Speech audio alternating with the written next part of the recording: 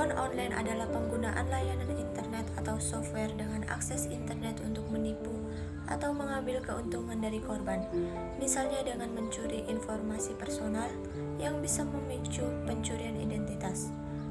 Layanan internet bisa digunakan untuk memperdaya korban atau melakukan transaksi penipuan.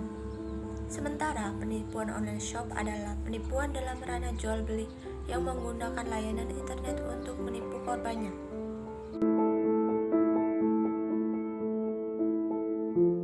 Berdasarkan pasal 45A ayat 1 Undang-Undang 19/2016, setiap orang yang dengan sengaja dan tanpa hak menyebarkan berita bohong dan menyesatkan yang mengakibatkan kerugian konsumen dalam transaksi elektronik sebagaimana dimaksud dalam pasal 28 ayat 1 Undang-Undang ITE dipidana dengan pidana paling lama 6 tahun atau didenda paling banyak 1 miliar. Adapun ancaman-ancaman atau gugatan penipuan online shop. Yang pertama, ada ancaman yang digugat adalah pelaku usaha dan membuat produk tersebut jika berdomisili di dalam negeri, maka domisilinya akan diketahui oleh konsumen yang dirugikan. Kedua, apabila produk yang diproduksi di luar negeri, maka yang digugat adalah importirnya.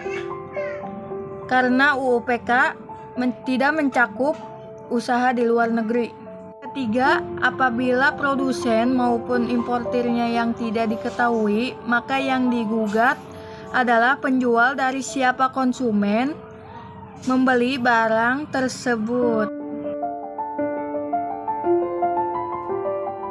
Gimana sih cara menghindari perilaku penipuan online shop? Pada teori preventif ada 4 caranya. Yang pertama, teliti sebelum mengklik, pastikan hanya mengklik tautan dari sumber resmi seperti nomor telepon atau email resmi. Yang kedua, jangan bagikan PIN, yang artinya jangan pernah memberikan informasi penting kepada siapapun seperti detail akun, kata sandi, nomor PIN atau on-time password kepada siapapun.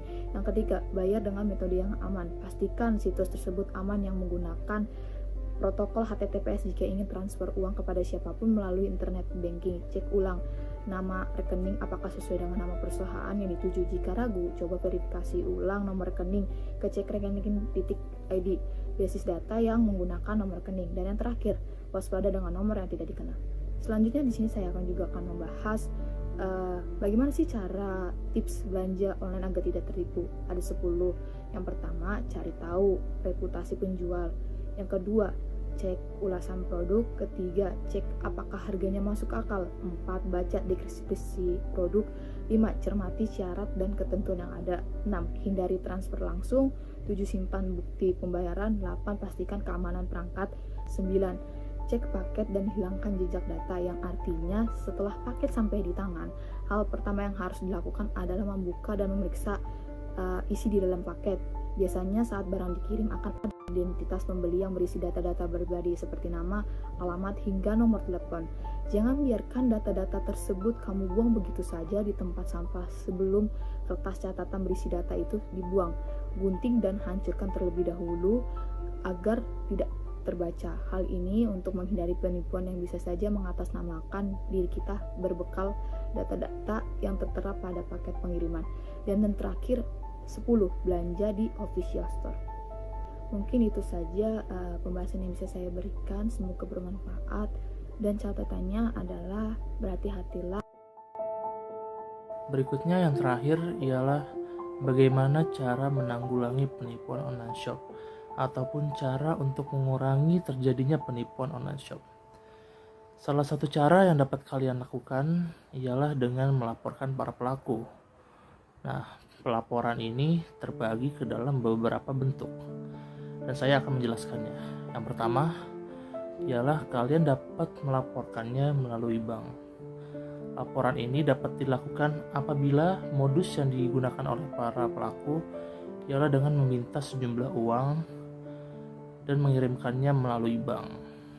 Anda dapat melakukan pelaporan kepada bank yang bersangkutan. Kemudian yang kedua ialah dengan melaporkannya kepada polisi.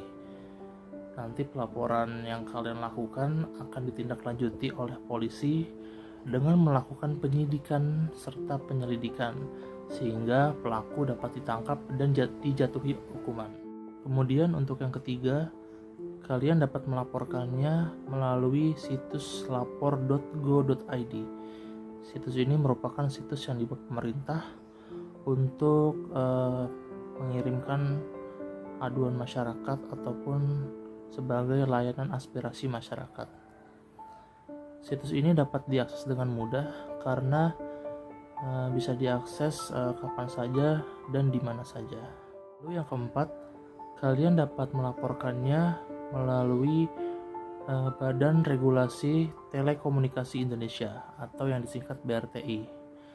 Laporan yang diajukan ini apabila penipuan terjadi melalui aplikasi WhatsApp, sehingga nantinya oleh BRTI nomor pelaku akan diblokir dan akan meminimalisir terjadinya penipuan online shop di kemudian hari. Dan yang terakhir, kalian dapat mengajukan laporan melalui OJK.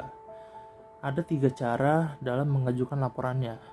Yang pertama, kalian dapat mengajukan laporan secara tertulis melalui anggota Dewan Komisioner OJK. Lalu yang kedua, kalian dapat mengajukan laporan melalui telepon dengan melalui nomor 157.